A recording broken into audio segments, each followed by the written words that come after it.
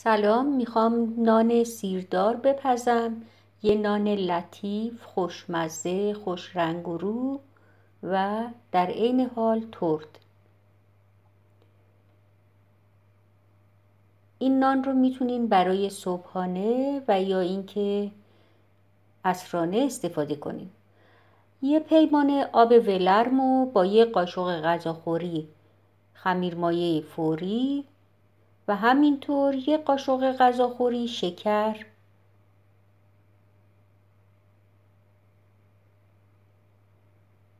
یه مقداری مخلوط میکنم و بعد اونو میذارم برای 10 دقیقه تا خمیرمایه به عمل بیاد. بعد از اینکه خمیرمایه به عمل اومد اونو توی ظرف بزرگتر میریزم. یه قاشق چایخوری نمک، 5 قاشق روغن مایه، یه قوزه سیر رو خورد میکنم کاملا میریزم، یه قاشق غذاخوری آویشن یا اورگانو و 3 پیمان آردو بهش اضافه میکنم.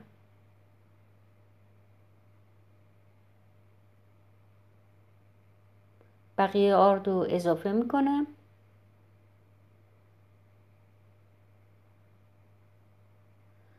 ابتدا با قاشق و بعد با دست حدود 10 دقیقه باید این خمیر ورز بخوره. از نصف پیمانه آب استفاده میکنم به خاطر اینی که خمیرمون لطیف بشه. یعنی کلاً 1.5 پیمانه آب داره داخل این خمیر. برای هر پیمانه آرد نصف پیمانه آب. بعد از 10 دقیقه روی اونو یه مقداری چرب میکنم و بعد روی خمیر و نایلون میذارم و درشو میذارم تا به عمل بیاد برای مدتی بیشتر از 5 ساعت. تا 7-8 ساعت هم میتونین خمیر رو نگه دارین. بعد به این شکل خمیرمون کاملا به عمل اومده. پفشو میگیرم. من برای 5 ساعت گذاشتم خمیر رو.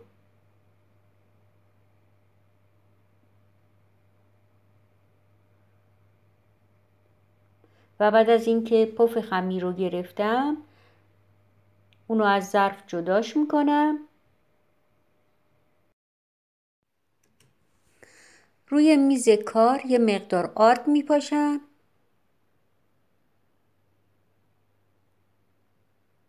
و خمیر رو انتقال میدم روی میز.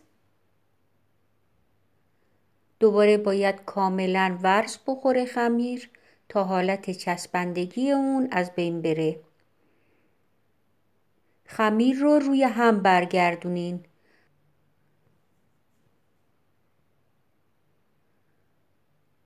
حدود 5 دقیقه به این شکل خمیر رو ورز میدیم.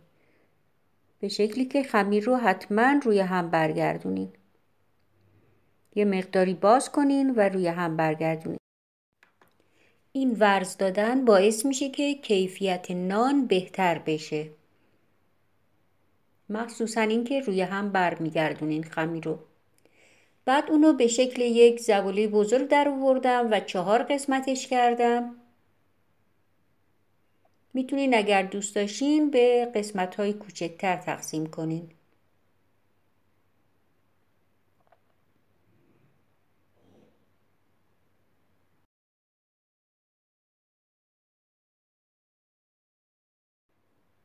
و بعد هر قسمت رو دوباره زواله کردم یا چونه.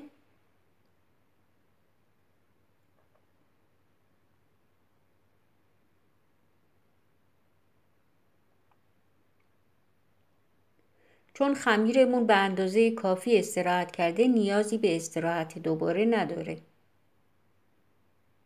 از یه مقدار روغن حیوانی استفاده میکنم. میتونین از کره هم استفاده کنین یا روغن مایه.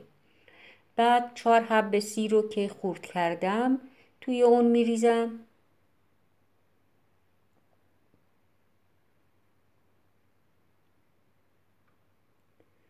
به اندازه دلخواه زردچوبه،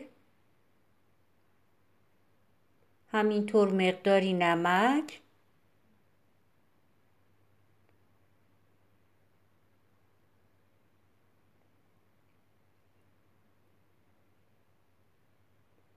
یه مقدار پودر پاپریکا.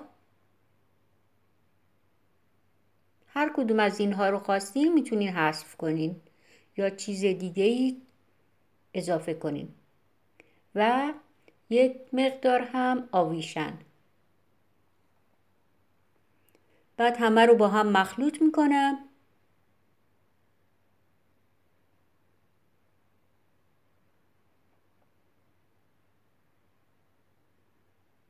و آماده کنار میذارم تا استفاده کنم.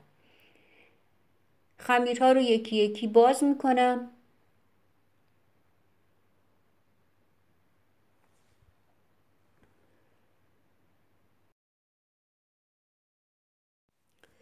بعد یک طرف خمیر از مایه روغنی که درست کردم میمالم.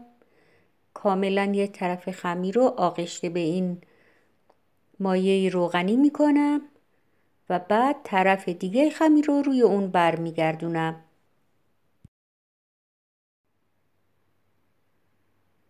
زیاد روی هم فشارشون ندین.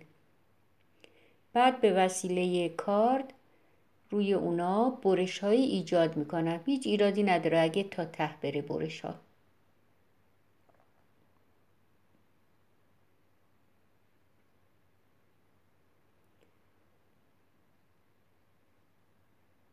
و بعد از این مایه‌ای که آماده کردیم روی اون میمالم و نان رو رومال میکنم.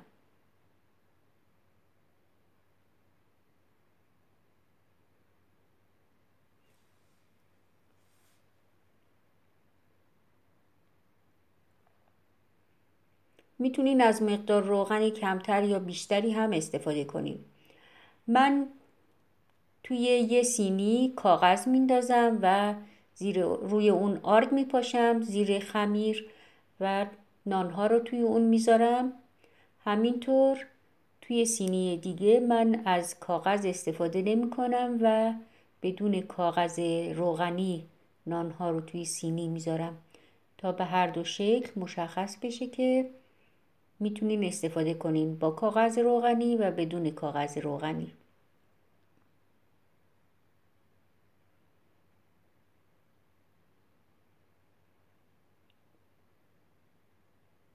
تمام خمیرها رو به همین شکل باز میکنم.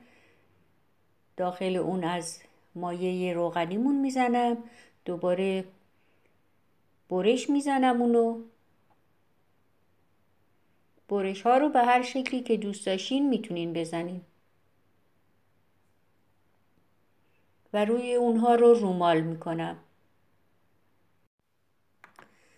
بعد از اینکه خمیرها رو کاملا آماده کردم، سینی فر رو توی فری که از قبل روشن کردم با 200 درجه سانتیگراد برای مدت 25 دقیقه تا نیم ساعت میذارم تا بپزه و آماده بشه و فقط بین 30 ثانیه تا 1 دقیقه شعله بالای فر گریل رو روشن میکنم. 30 ثانیه تا 1 دقیقه نه بیشتر. و همینطور که میبینین یه سینی بدون کاغذ هست و یه سینی کاغذ روغنی و آرد داره برای اینکه بدونین هر دو مدل میشه انجام داد. خب خمیرها رو داخل فر میذارم و نان خوشمزه از فر خارج میکنم. من از یک مقدار روغن حیوانی استفاده کردم و با قلم روی نانها مالیدم. البته این به دلخواهه. در ضمن تا سرد شدن نانها اونها رو با حوله آشپزخونه بپوشونین تا لطافتشون حفظ بشه. دوستان اگر خوشتون اومد از ویدیو لطفاً لایک کنین، با دوستانتون به اشتراک بذارین، حتما کامنت های سازندتون رو برام بذارین و مشترک کانال من بشین. با تشکر از اینکه وقتتون رو برای من گذاشتین. خدا نگهدارتون.